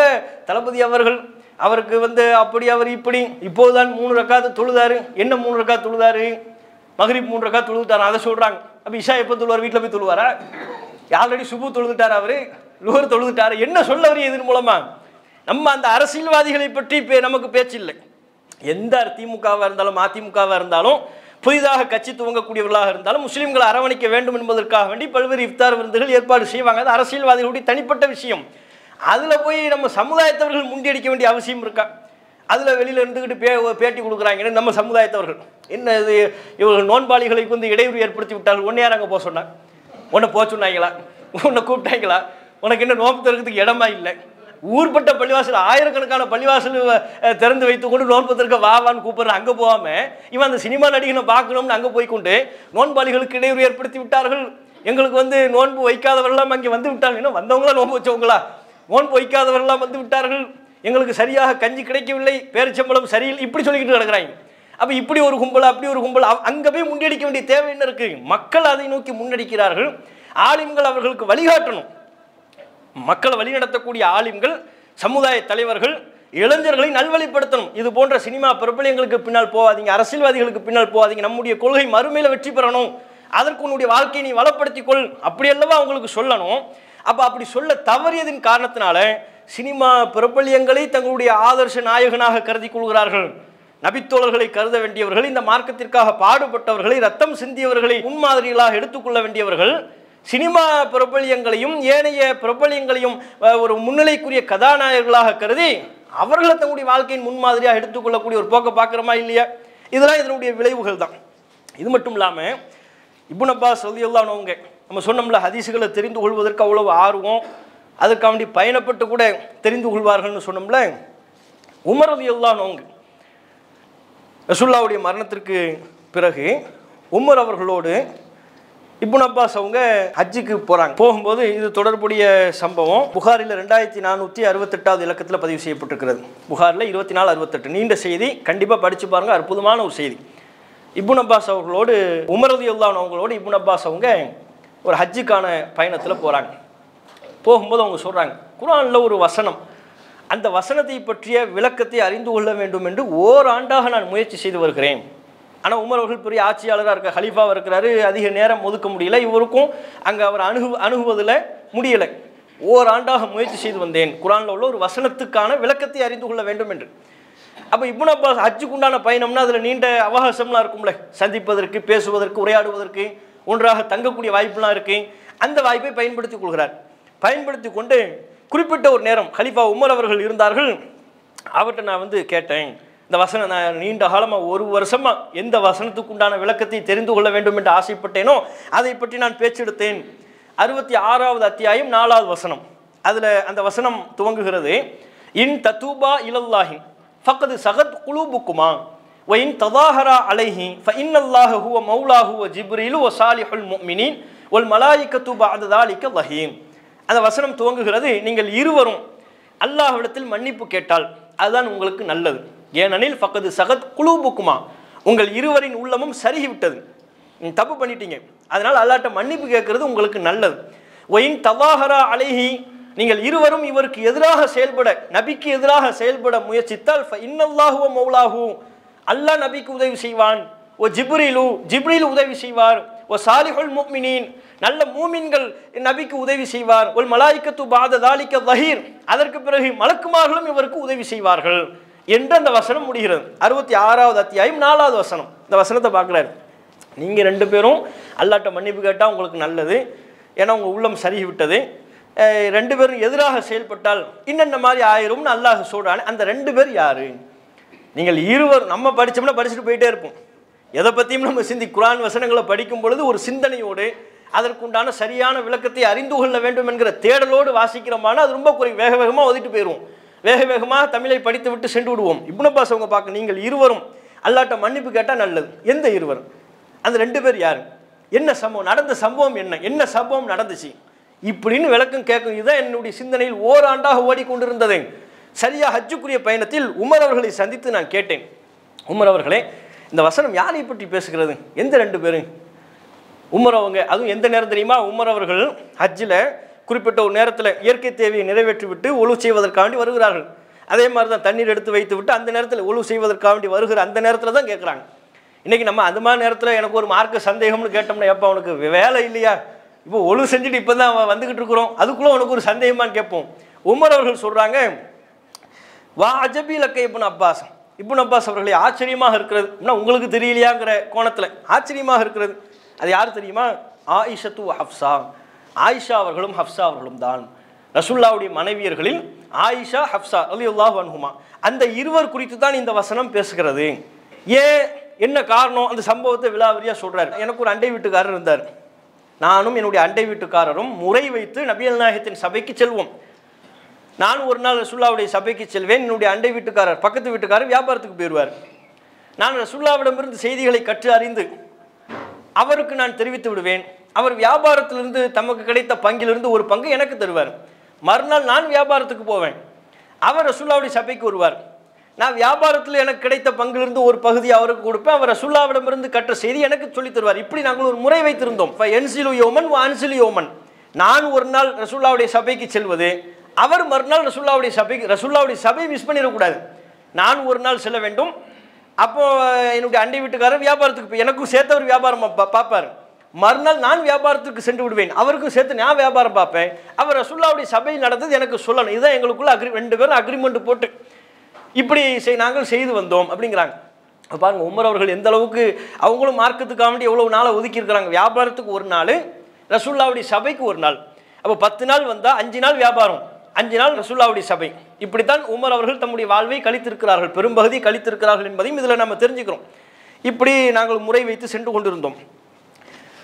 எங்களை பொறுத்தவரை ஒரு சொல்றார், மக்காவாசிகளான முஹாஜிர்களாக எங்களை பொறுத்தவரை எங்கள் மனைவிமார்கள் எங்கள் பேச்சை கேட்டு நடப்பாங்க. நாங்கள் மதீனாவுக்கு வர்றோம், அன்சாரிகளை பார்க்குறோம். அன்சாரிகளை பார்த்தா அவங்களுடைய மனைவிமார்கள் அவங்க கணவன்மார்களுடைய பேச்சை கேட்கறதில்லை. அன்சாரி பெண்கள் தான் தங்களுடைய கணவன்மார்களை மிகைத்து விடுகிறார்கள். இந்த பழக்கம் நாளடைவில் முஹாஜிர்களாக எங்கள் மனைவியர்களுக்கும் ஒட்டி கொண்டு விட்டது. இப்படி சம்பவத்தை இப்படி தான் ஆரம்பிக்கிற அந்த சம்பவத்தை. எங்களை இப்போ மக்காவில் நாங்கள் இருந்த வரையிலேயே எங்களுக்கும் எங்கள் மனைவிமாருக்கும் பெரிய பிரச்சனைலாம் இல்லை, நாங்கள் சொல்கிறத கேட்டுக்குவாங்க. ஆனால் மதீனாவுக்கு வந்ததுக்கு பிறகு மதீனாவில் உள்ள மக்களை பார்க்குறோம், அங்கே அவங்க பெண்கள் ஆதிக்கம்தான். அவங்க சொல்கிறது தான் அவங்க கணவன்மார்கள் கேட்கக்கூடிய ஒரு நிலையாக இருக்கிறது. பல நேரங்களில் அவங்க கணவன்மார்களை அவர்கள் எதிர்த்து பேசக்கூடியவர்களாக இருக்கிறார்கள். நாளடைவில் இந்த பழக்கம் எங்கள் மனைவிமார்களுக்கும் தொற்றிவிட்டது. ஒரு முறை என் மனைவியை குறிப்பிட்ட ஒரு விஷயத்தில் நான் கண்டித்தேன். அவங்க எனக்கு திட்டி மறுமொழி பேசிட்டாங்க, என்னை எதிர்த்து பேசிவிட்டார்கள். எனக்கு ஆச்சரியமாகிவிட்டது, என்ன எதிர்த்து பேசுகிறீர்கள் அப்படின்னு நான் கேட்குறேன். அதற்கு என்னுடைய மனைவி அவர்கள் பதிலளித்தார்கள், ஏன்னா நான் எதிர்த்து பேசியதற்கு இவ்வளோ கோவப்படுறீங்க, ரசூலுல்லாவுடைய மனைவிமார்கள் எதிர்த்து பேசிக்கிட்டு இருக்கிறாங்க. அவங்க தெளிவாக போட்டு விட்டாங்க, ரசூலுல்லாவுடைய மனைவிமார்கள் எதிர்த்து பேசிக்கிட்டு இருக்கிறாங்க, ஏன்னா நான் எதிர்த்து பேசியதற்கு இப்படி பேசி கொண்டிருக்கிறீர்கள் அப்படிங்கிறாங்க. ரசூலுல்லாவுடைய மனைவிமார்கள் எதிர்த்து பேசுகிறாங்களா? ஆம், எதிர்த்து பேசுவது மட்டுமல்ல, சில பொழுதுகளில் நபிகள் நாயகத்தோடு முரண்பட்டு இரவு வரையிலையும் தம்முடைய வெறுப்பை வெளிப்படுத்துகிறார்கள். நபியுடன் இரவு வரையிலையும் அவர்கள் பேசுவதில்லை. இப்படியெல்லாம் அவங்க ரசூலுல்லாவை எதிர்த்து பேசிக்கிட்டு இருக்கிறாங்க, நான் என்னமோ 2 வார்த்தை சொன்னதுக்காண்டி கோவப்படுறீங்க அப்படிங்கிறாங்க. உமர் அவர்களுக்கு ஆச்சரியம். ஹாபத்து மன் ஃபஅல மின்ஹுன் நபி அதீம், நபியிடத்தில் யார் இப்படி நடந்து கொள்வார்களோ அவங்க பெரும் நஷ்டவாளிகளாக ஆகிவிட்டார்கள், பெரும் நஷ்டத்தை அடைந்து விட்டார்கள் என்று நான் சொல்லிக்கொண்டேன். சொல்லிக்கிட்டு தம்முடைய மகள் ஹப்ஸா அவர்களை எச்சரிப்பதற்காக வேண்டி வர்றாங்க. ஏன்னா ரசூலுல்லாவுடைய மனைவியர்களில் உமர் அவருடைய மகள் ஹப்ஸா அவர்களும் ஒருவராக அடங்கி இருக்கிறார்கள் அல்லவா, தம்முடைய மகளை எச்சரிக்கை செய்வதற்காக வேண்டி வர்றாங்க. வந்து கேட்குறாங்க, ஹப்ஸா அவங்ககிட்ட கேட்குறாங்க. மனைவி இந்த தகவலை சொன்ன உடனே ஆடையை மாட்டி விட்டு நேராக தம்முடைய மகள் வீட்டுக்கு வந்துட்டாங்க. வந்து கேட்குறாங்க, நீங்கள் நபிகள் நாயகத்திடத்தில் நீங்கள் எதிர்த்து பேசுகிறீர்களாமே, அப்படியா? அவங்க அசால்ட்டாக பதில் சொல்கிறாங்க, ஆமாம், சில நேரங்கள் நாங்கள் எங்கள் ரசூலுல்லாவை எதிர்த்து பேசுவோம். என்ன எதிர்த்து பேசுவோங்கிறீங்க? ரசூலுல்லாவுடைய கோபம் உங்கள் மீது வந்துவிட்டால், அல்லாஹுடைய கோபம் உங்கள் மீது வருவதை பற்றி நீங்கள் பயந்து இருக்கவில்லையா, அச்சப்படவில்லையா? நபி உங்கள் மீது அதிருப்தி அடைந்து விட்டால் அல்லாஹ் உங்கள் மீது அதிருப்தி அடைந்து விடுவான் என்பதை பற்றிய ஒரு அச்சம் உங்களுக்கு இல்லையா? அப்படிலாம் நடந்துக்காதீங்க. தன் மகளுக்கு அறிவுரை சொல்கிறாங்க, அப்படிலாம் நடந்து கொள்ளாதீங்க. உங்களை விட அழகான, உங்களை விட நபிகள் நாயகத்திடம் அதிக உரிமை எடுத்துக்கொள்ளக்கூடிய சில பெண்மணிகள் இருப்பார்கள். ஆயிஷா, உங்களை பற்றி ஆயிஷான்னு பேர் சொல்லலை, உங்களை விட அழகாக இருப்பாங்க, உங்களை விட ரசூலுல்லாஹ்விடத்தில் அதிக உரிமை எடுத்துக்கொள்வார்கள். அவங்க நபியிடத்தில் அதிக உரிமை எடுத்துக்கொள்வதை பார்த்து நீங்கள் ஏமாந்து போயிடாதீங்க அப்படின்னு தம்முடைய மகளை எச்சரிக்கை செய்துவிட்டு வந்து விடுகிறார்கள். உமர் அவர்கள் தொடர்ச்சியாக சொல்கிறாங்க, அந்த காலகட்டத்தில் எங்களுக்கு ஒரு எண்ணம், ஒரு அச்சம் இருந்தது. கஸ்ஸான் என்கிற பகுதியினுடைய மன்னர் எப்போது வேண்டுமானாலும் எங்கள் மீது போர் தொடுத்து வரலாம் என்கிற ஒரு அச்சம் இருந்தது. ஆரம்பத்தில் அவர் சொல்லியிருந்தால், என்னுடைய அண்டை வீட்டுக்காரர் திடீரென்று ஒரு நாள் இரவு நேரத்தில் கதவை வேகமாக தட்டுறார். கடுமையான வேகமாக தட்டி, உமர் உள்ளே இருக்கிறாரா அப்படின்னு கேட்குறாரு. நான் வேகமாக வந்து, என்ன விஷயம், என்ன ஆச்சு, என்ன நடந்தது? ஏன்னா ரசூலுல்லாவுடைய சபையில் இருந்தும் உள்ள செய்திகள் அவர் தானே சொல்லணும், அதான் அக்ரிமெண்ட்டு, விஷயம் என்ன அப்படின்னு கேட்குறாங்க. உமர் அவங்க கேட்குறாங்க. அவருக்கு பக்கத்து வீட்டுக்காரர், அந்த அண்டை வீட்டுக்காரர் சொல்றார், ஹதஸ அம்ருன் அதீம், பெரும் விஷயம் என்னவா, பெரிய விஷயம் நடந்து விட்டது. இவருக்கு அந்த நேரத்தில் கஸ்ஸான் மன்னர் யாக வந்துட்டார் உமர் அவர்களுக்கு. உமர் அவங்க திருப்பி கேட்குறாங்க, மாஹுவ, என்னப்பா விஷயம்? அஜாத் கஸ்ஸான் மன்னர் நம்ம மீது படையெடுத்து வந்து விட்டாரா, நம்மை தாக்க முற்பட்டு விட்டாரா, அவருடைய படை வந்து விட்டதா அப்படின்னு அவங்க சிந்தனையில் அந்த அச்சம் இருக்கிறது அல்லவா. நடுநிசி நேரத்தில் வர்றாரு, கதவை பலமாக தட்டுறாரு, பெரிய விஷயம் நடந்து விட்டதுங்கிற, பயங்கரமான விஷயம் நடந்து விட்டதுங்கிறாரு. உடனே அவங்க சிந்தனை அப்படி போய்விட்டது. ஆஹா, மக்கள்லாம் பேசிக்கிட்டு இருந்தாங்களே, கஸ்ஸான் எப்போ வேண்டுமானாலும் தாக்க வரலாம் என்று, ஒருவேளை கஸ்ஸான் தான் வந்து விட்டாரா அப்படின்னு கேட்குறாங்க. பல், கஸ்ஸான உத்தூர தள்ளுங்க, அவ்வளவும் மின்ஹு அத்துவலு, நான் சொல்ல போகிற விஷயம் அதை விட பெரியது அப்படிங்கிறார். அவர் கஸ்ஸான் படையெடுத்து வருவதே பெரிய விஷயம்ங்கிறாரு, அதை விட பெரிய விஷயம் நடந்து விட்டது, என்னப்பா நினைச்சு சொல்லுங்க அப்படின்னு கேட்குறாங்க. அப்போ அவருடைய பக்கத்து வீட்டுக்காரர் சொல்றாரு, தல்லக்க ரசூலுல்லாஹி நிசாஹு, நபிகள் நாயகம் தம்முடைய மனைவியர் அத்தனை பேரையும் விவாகரத்து செய்து விட்டார்கள் அப்படிங்கிறாங்க. அவர் தான் ரசூலுல்லாவுடைய சபைக்கு போயிட்டு வந்தவர். அப்போ ரசூலுல்லாவுடைய சபையில் நடந்த நிகழ்வுகள் அவர் மூலமாகத்தான் உமர் அவர்கள் அன்றைக்கு தெரிந்து கொள்ள வேண்டியது இருந்தது. அவர் சொல்லுகிறார், உமர் அவர்களை பொறுத்தவரை நம்பகமான சோர்ஸ், ரசூலுல்லாஹ் தம்முடைய மனைவிமார்கள் அத்தனை பேரையும் விவாகரத்து செய்து விட்டார்கள். இதை கேட்ட உடனே உமர் அவர்கள் சொன்ன வார்த்தை, ஹாபத்து ஹப்ஸா நஷ்டம் அடைந்தாள். அன்னைக்கே நான் சொன்னேன், எதிர்த்து பேசாத, ரசூலுல்லாஹ் மனம் நோகும்படி நடக்காது. அன்றைக்கே நான் சொன்னேன், நஷ்டமடைந்து விட்டால். மறுபடியும் ஜுப்பா அணிகிறார், தம்முடைய ஆடை அணிந்து கொண்டு ஹப்ஸா அவர்களை சந்திப்பதற்காக வேண்டி செல்கிறார்கள். உள்ளுக்குள்ளே போனால் ஹப்ஸா அவர்கள் அழுது கொண்டிருக்கிறார்கள். உமர் அவங்க கேட்குறாங்க, ஏன் இப்போ என்ன அழுதுகிட்டு இருக்கிறீங்க, என்ன ஆச்சு? நான் அன்றைக்கே உங்களை எச்சரிக்கை செய்தேனா இல்லையா? அன்றைக்கே உங்களுக்கு நான் அறிவுரை சொன்னேனா இல்லையா? இப்போது நடந்து விட்டதா? நபிகள் நாயகம் உங்களை விவாகரத்து செய்து விட்டார்களா அப்படின்னு கேட்குறாங்க. அப்போ ஹப்ஸா அவங்க பதில் சொல்கிறாங்க, லா தெரியல, விவாகரத்து செய்தாங்களான்னு தெரியல, ஆனால் அப்படித்தான் பேச்சு ஓடிக்கொண்டிருக்கிறது. ரசூல்லா எங்ககிட்ட வர்றதே இல்லை, எங்களிடம் பேசுவதில்லை. ரசூல்லா தம்முடைய மனைவியர்கள் யார் வீட்டுக்கும் வருவதில்லை, யாருடனும் பேசுவதில்லை. 1 மாத காலம் அப்படி இருந்தாங்க. ஆனால் நபிகள் நாயகம் எங்களிடம் வருவதில்லை, பேசுவதில்லை, அப்படித்தான் பேச்சு ஓடிக்கொண்டிருக்கிறது, ஆனால் விவாகரத்து பண்ணிட்டாங்களான்னு தெரியல அப்படிங்கிறாங்க. ஒன்று நபிகள் நாயகம் உமர் ரலியல்லாஹு அன்ஹு அங்கே பள்ளிவாசல் ஃபஜ்ர் தொழுகைக்காக வேண்டி பள்ளிவாசலுக்கு போயிட்டாங்க. மஸ்ஜித் நபவிக்கு வந்துட்டாங்க. மெம்பரை சுற்றி ஒரு கூட்டம் சஹாபாக்கள் எல்லாம் சோகமாக உட்காந்துருக்குறாங்க. ஏன்னா எல்லாருக்கும் இந்த செய்தி பரவி விட்டது. ரசூலுல்லாஹ் தம் மனைவிமார்களெல்லாம் விவாகரத்து பண்ணிட்டாங்க, பெரிய மன துயரில் இருக்கிறாங்க, கஷ்டத்தில் இருக்கிறாங்க. அப்போ ரசூலுல்லாஹ்வுக்கு ஒரு கஷ்டம்னா சஹாபாக்களுக்கு அதுதானே. ஆஹா, என்ன இப்படி நடந்து விட்டது, ரசூலுல்லாஹ்வுடைய வாழ்க்கையில் இப்படி ஒரு சம்பவம் நடைபெற்று விட்டது, எவ்வளோ துயரகரமான சம்பவம். மெம்பரை சுற்றி கவலையாக உட்கார்ந்துக்கிட்டு இருக்கிறாங்க. உமர் அவர்கள் அதில் அமர்ந்து கொண்டு ரசூலுல்லாஹ் தொழுகைக்கு வருவாங்க, தொழுது முடித்தும் அமர்ந்திருப்பார்கள். அந்த நேரத்தில் நம்ம ரசூலுல்லாஹ்விடத்தில் பேசி என்ன விஷயம்னு கேட்டுக்கொள்ளலாம் என்று அங்கே அமர்ந்திருக்கிறார்கள். நபிகள் நாயகம் வளமை போல் வந்தார்கள், தொழுகை முடிந்து விட்டு உடனடியாக சென்று விட்டார்கள். ரசூலுல்லாஹ்வுடைய வளமை தொழுகை முடித்து விட்டதற்கு பிறகு அங்கே உட்கார்ந்துருப்பாங்க. சூரியன் உதயமாகும் வரை, சுபுஹ் தொழுகை முடிந்து சூரியன் உதயமாகும் வரை அங்கே அமர்ந்திருப்பார்கள். அதான் நபியின் வழக்கம்.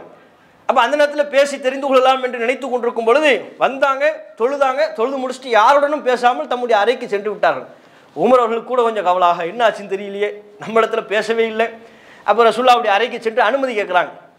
உமர் வந்திருக்கிறேன்னு சொல்லுங்கள். வாசலில் ஒருவர் இருக்கிறார், அவரிடத்தில் சொல்கிறார், உமர் அவர்கள் வந்திருக்கிறேன்னு சொல்லுங்க அப்படின்னு உள்ளே போகிறார். அவர் வாசலில் நின்ற அந்த தோழர் உள்ளே செல்கிறார், வெளியே வர்றார். என்ன, எனக்கு அனுமதி கிடைத்து விட்டதா? அவர் வாசலில் அந்த தோழர் சொல்கிறார், இல்லை உள்ளே போனேன், உமர் வந்திருக்கிறாருன்னு சொன்னேன், ரசூலுல்லாஹ் அமைதியாக இருந்தாங்க, எந்த பதிலுமே சொல்லலை அப்படின்னா அனுமதி இல்லை. ரசூலுல்லாஹ் அமைதியாக இருந்தாங்க, எந்த பதிலுமே சொல்லலை. அப்படியா, ஆஹான்னு சொல்லி மெம்பர் பக்கத்தில் அங்கே போய் உட்காந்துட்டார். திரும்ப 2வது முறை வருகிறார். இப்படி 2-3 முறை நடக்கிறது. இறுதியாக உமருக்காக வேண்டிய அனுமதி கேளுங்கன்னு சொல்லும் பொழுது ரசூலுல்லாஹ் அனுமதி கொடுத்துட்றாங்க. உள்ளுக்குள்ளே போகிறாங்க. ரசூலுல்லாஹ் அங்கே ஒரு ஈச்சம் பாயில் தம்முடைய விழாப்புறத்தை சாய்ந்து கொண்டு அதில் படுத்திருக்கிறாங்க. உமர் அவர்கள் உள்ளே நுழைந்ததும் எழுந்திருக்கிறார்கள். உமர் அவங்க சொல்கிறாங்க, ரசூலுல்லாஹ் நபிகள் நாயகத்துடைய விழாப்புறத்தில் பார்த்தேன், ஈச்சம் பாயினுடைய அந்த தழும்பெல்லாம் ரசூலுல்லாஹ்வுடைய மேனியில் பதிந்திருந்ததை. அமர்ந்திருக்கிறாங்க. உமர் அவர்களை நேருக்கு நேர் பார்க்குறாங்க. பெரிய அளவுக்கு உரையாடலாம் இல்லை. ஆனால் ரசூலுல்லாஹ்வுடைய முகத்தை பார்த்து உமர் அவர்கள் புரிந்து கொள்கிறார்கள், ஏதோ ஒரு பிரச்சனை ஓடிக்கொண்டிருக்கிறது அப்படிங்கிறத மட்டும் புரிஞ்சுக்கிறாங்க. புரிந்து கொண்டு உமர் அவர்கள் ரசூலுல்லாஹ்விடத்தில் பேசுகிறாங்க, அல்லாஹ்வின் தூதரே, நீங்கள் பார்த்தீங்களா, மக்காவில் இருந்த வரையிலை நம்ம மனைவிமார்கள் நம்மளை எதிர்த்து பேசினாங்களா? பாயிண்ட் அங்கிருந்து ஆரம்பிக்கிறாரு. மக்காவில் இருந்த வரையிலையும் நம்ம மனைவிமார்கள் நம்மளை எதிர்த்து பேசினாங்களா?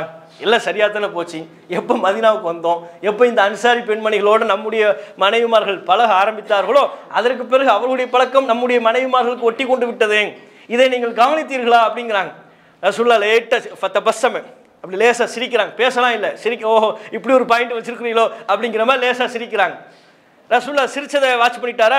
திரும்ப இன்னொரு பாயிண்ட், அல்லாஹ்வின் தூதரே, நான் என் மகள் ஹப்ஸாவுக்கு கூட நான் சொன்னேன், ரசூலுல்லாஹ் தரப்புலேருந்து எந்த பேச்சுமே வரல, இவர் தான் பேசிக்கிட்டு, உமர் அவர்கள் தான் பேசுகிறார்கள்.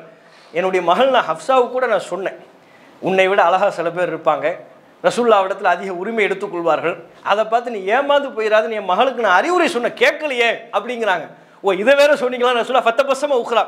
மற்றொரு முறையும் நபிகள் நாயகம் ஸல்லல்லாஹு அலைஹி வஸல்லம் அவர்கள் மெல்லிதாக சிரித்தார்கள். இந்த என்ன ரசூலுல்லாஹ்விடத்திலேயே அதை பற்றி சொல்கிறாங்கல்ல, உள்ளுக்குள்ளே மறைச்சி வைக்காம, உன்னை விட அழகாக சில பேர் இருப்பாங்க, நபியிடத்தில் அதிக உரிமை எடுப்பார்கள், அதை பார்த்து நீ ஏமாந்து போயிடாதே அப்படின்னு தம்முடைய மகளுக்கு தனிப்பட்ட முறையில் சொன்ன அறிவுரையை நபிகள் நாயகம் ஸல்லல்லாஹு அலைஹி வஸல்லம் அவர்களிடம் நினைவூட்டுறாங்கல்ல, இப்படி நான் சொன்னேன் என்பதை ஒப்புக்கொண்டு சொல்கிறாங்க. ஓ, இப்படி சொன்னீங்களோ அப்படிங்கிற மாதிரி சிரிக்கிறாங்க. சிரித்து விட்டு நபிகள் நாயகம் ஸல்லல்லாஹு அலைஹி வஸல்லம் அவங்களிடத்தில் அவங்க அறையெல்லாம் பார்க்குறாங்க, எந்த பொருளும் இல்லை, பாய், ஈச்சம் பாய், அந்த பாய்க்கு ஒரு விரிப்பு கூட இல்லை. அப்புறம் ரசூலுல்லாஹ்விடத்தில் சொல்கிறாங்க, அல்லாஹ்வின் தூதரே, கைசருக்கு சிறா போன்ற மன்னர்கள்லாம் எவ்வளோ செழிப்பாக வாழ்கிறாங்க, இத்தனைக்கும் அவங்க அசத்தியத்தில் இருக்கிறாங்க, ஆனால் நமக்கு பாருங்கள், நம்ம சத்தியத்தில் இருக்கிறோம், அல்லாஹ் ஒருத்தனை தான் வணங்குறோம், எவ்வளவு கஷ்டம், நமக்கு எவ்வளோ நெருக்கடி, எவ்வளோ எந்த விதமான வசதி வாய்ப்பும் இல்லாமல் இருக்கிறோம், எங்களுக்காக நமக்காக நீங்கள் அல்லாஹ்விடத்தில் பொருளாதார வளம் வழங்கப்பட வேண்டும் என்று துஆ செய்யுங்கள் அப்படின்னு சொல்லி கேட்குறாங்க. ரசூலுல்லாஹ்வுக்கு அப்போ தான் லேசாக கோவம், என்ன உமர் அவர்களே, சந்தேகத்தில் இருக்கிறீர்களா? யாரை யாரோடு ஒப்பீட்டு செய்து கொண்டிருக்கிறீர்கள்? நீங்கள் குறிப்பிடக்கூடிய அந்த மன்னர்களுக்கெல்லாம் இந்த உலகம் வழங்கப்பட்டிருக்கிறது, மறுமையில் அவர்களுக்கு எந்த நற்பேரும் இல்லை. அல்லாஹ் நமக்கு மறுமையை வாக்களித்திருக்கிறான். ஆகவே நாம் இந்த உலகத்தில் நமக்கு வழங்கப்படுகிற வசதி வாய்ப்புகளை பற்றி கவலைப்பட வேண்டிய தேவையில்லை. எதை பற்றி நீங்கள் பேசிட்டு இருக்கிறீங்க? யாரை யாரோடு ஒப்பீடு செய்து நீங்கள் பேசிக் கொண்டிருக்கிறீர்கள் அப்படின்னு அப்போ தான் ரசூலுல்லாஹ்வுக்கு லேசாக சப்தம் வருகிறது. அப்போ தான் பேசுகிறாங்க, கோவப்பட்டு பேசுகிறாங்க. பேசணுன்னே உமர் அவர்கள் டவுன் ஆகி மன்னிப்பு கேளுங்க. யாருக்கு? எனக்காண்டி தான் உமரா, எனக்காண்டி அல்லாஹ்விடத்தில் மன்னிப்பு கேளுங்க, நான் தப்பாக புரிந்து கொண்டேன், தவறாக விஷயத்தை சொல்லிவிட்டேன், எனக்காண்டி மன்னிப்பு கேளுங்கள் என்று உமர் அவர்கள் அந்த நேரத்தில் நபிகள் நாயகம் ஸல்லல்லாஹு அலைஹி வஸல்லம் அவங்களிடத்தில் சொன்னாங்கங்கிற செய்தியை பார்க்குறோம். அப்போ இதனுடைய அப்படியே தொடர்ச்சியை சொல்லிட்டு உலாயிக்க கௌமன், அந்த நேரத்தில் தான் நபிகள் நாயகம் சொல்கிறாங்க, உலாயிக்க கௌமன் உஜ்ஜிலத் லஹும் தய்யிபாத்துஹும் ஃபில் ஹயாத்தி துன்யா. நீங்கள் குறிப்பிடக்கூடிய அந்த கூட்டத்தார்களை பொறுத்தவரை அவர்களுக்குடைய நல்லறங்களுக்கு உண்டான கூலி இந்த உலகத்திலேயே வழங்கப்பட்டு விட்டது. நாம் செய்கிற நல்லறங்களுக்கு உண்டான கூலி அல்லாஹ் மறுமையில் நமக்கு சேமித்து வைத்திருக்கிறான். இது உங்களுக்கு சந்தேகமா அப்படின்னோட தான் உமர் அவர்கள் எனக்காண்டி மன்னிப்பு கேளுங்கன்னாங்க. அப்போ இந்த சம்பவம் அப்படியே தொடர்ச்சியாக வருகிறது. அதில் நபிகள் நாயகம் ஸல்லல்லாஹு அலைஹி வஸல்லம் அவர்களிடத்தில் அதிக அளவில் பொருளாதாரங்களை கேட்டு ஏதோ ஒரு வகையில் ஹப்ஸா அவர்களும் ஆயிஷா ரலியல்லாஹு அன்ஹுமா இந்த இருவரும் ரசூல் ஸல்லல்லாஹு அலைஹி வஸல்லம் அவர்களுக்கு ஒரு மனவேதனையை ஏற்படுத்தினதுனால இனி உங்களோட நான் ஒரு மாதம் வரமாட்டேன், பேச மாட்டேன் அப்படின்னு தான் ரசூல் ஸல்லல்லாஹு அலைஹி வஸல்லம் அவங்க ஒதுங்கிட்டாங்க. ஒதுங்கியதற்கு பிறகு ஒரு மாதம் கழித்து ரசூல் ஸல்லல்லாஹு அலைஹி வஸல்லம் அவங்க வர்றாங்க. அந்த நாள் ஆயிஷா அவர்களுக்கு ஒதுக்கப்பட்ட நாள். ஆயிஷா அவங்களுடைய வீட்டிலிருந்து துவங்குறாங்க. ஆயிஷா அவங்களுடைய வீட்டுக்கு தான் போகிறாங்க. போகும்போது ஆயிஷா அவர்கள் ரசூலுல்லாஹ் உள்ள நுழைஞ்சதும் முதல் வேலையாக ஆயிஷா அவர்கள் பேசுகிறாங்க, யாரோ ஒருத்தவங்க ஒரு மாதமாக வரமாட்டேன்னு சொன்னாங்க, மாதம் 29 நான் ஒவ்வொரு நாளையும் நான் எண்ணிக்கொண்டிருக்கிறேன், 29 நாட்கள் தானே ஆகியிருக்கிறது, இன்னும் ஒரு மாதம் ஆகவில்லையே. அவங்க 30 கணக்கு பண்ணி இன்னும் ஒரு மாதம் ஆகவில்லையே அப்படிங்கிறாங்க. ரசூலுல்லாஹ் படர்த்தியாக பேசுகிறாங்க. நபிகள் நாயகம் ஸல்லல்லாஹு அலைஹி வஸல்லம் அவர்கள் வந்ததை பற்றி தான் சொல்கிறார்கள், குறிப்பிடுகிறார்கள். ஏன்னா அவங்களுக்கு ஒரு கோபம். மனிதன் எல்லாருமே சிறப்புக்குரிய மக்களுங்க.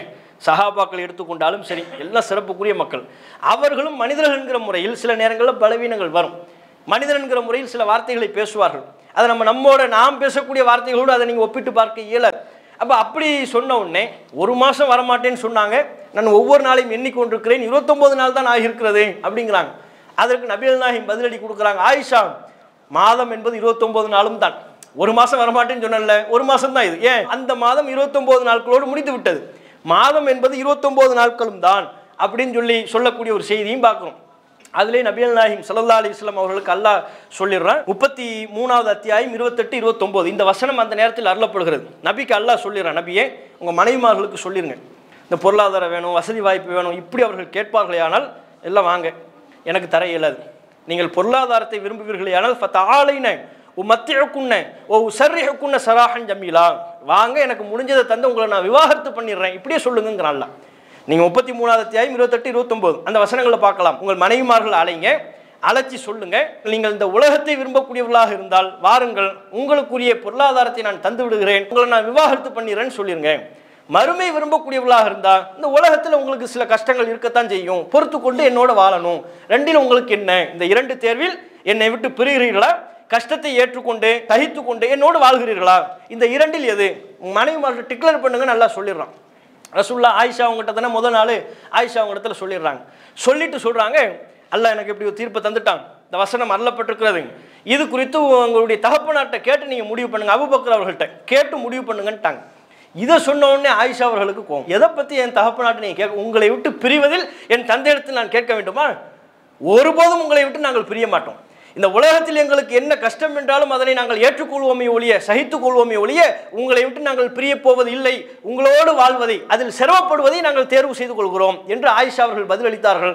அதற்கு பிற்பாடு நபிகள் நாயகம் அவர்கள் தம்முடைய ஏனைய மனைவிமார்களிடத்தில் சொன்ன பொழுதும் அவர்களின் பதிலும் அன்னை ஆயிஷா ரலியல்லாஹு அன்ஹா அவர்கள் எந்த பதில் அளித்தார்களோ அதே பதிலைத்தான் அளித்தார்கள் என்கிற செய்தியை பார்க்கிறோம்.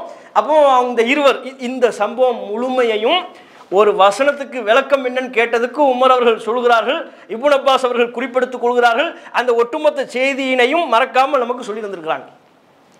யோசிச்சு பாருங்க, இப்போ நீங்கள் ஒரு வசனத்துக்கு என்ன விளக்கம் கேட்குறீங்க, இவ்வளோ விளக்கத்தை சொன்னோம்னா போதும், இன்னும் விளக்கம் போயிட்டே இருக்குது, இவ்வளோ பெருசா போதும் பாய், தொடர் 2ன்னு போடுங்க, தொடர் 3, தொடர் 4 இப்படி நம்ம சொல்லுவோம். அப்போ ஆனால் இப்னு அப்பாஸ் அவர்களை பாருங்கள், இந்த வசனத்துக்கு என்ன விளக்கம்னு கேட்டதற்கு இவ்வளோ பெரிய சம்பவத்தினை சொல்லி, இதுதான் காரணம், இதுதான் பிரச்சனை, இந்த 2 பேர் தான் இன்னென்ன சம்பவம் இன்னென்ன நிகழ்வுகள்லாம் நடந்துச்சுன்னு சொல்லி அவற்றை அழகான முறையில் மனப்பாடம் செய்து மனதில் பதிய வைத்து நமக்கு சொல்லித் தருகிறார்கள் என்கிற செய்தியை பார்க்குறோம். இது புகாரில் 2468வது செய்தியாக பதிவு செய்யப்பட்டிருக்கிறது. இன்னும் இப்னு அப்பாஸ் ரலியல்லாஹு அன்ஹு குறித்த ஏராளமான நுணுக்கமான பல செய்திகள் இருக்கிறது. இன்ஷா அல்லாஹ் இதனுடைய தொடர்ச்சியை நாளை தினம் நாம் அறிந்து கொள்வோம். வாஹிர் தாவானா அல்ஹம்துலில்லாஹி ரப்பில் ஆலமீன். அஸ்ஸலாமு அலைக்கும் வரஹ்மத்துல்லாஹி வபரகாத்துஹு. அல்லாஹு அக்பர் அல்லாஹு அக்பர்.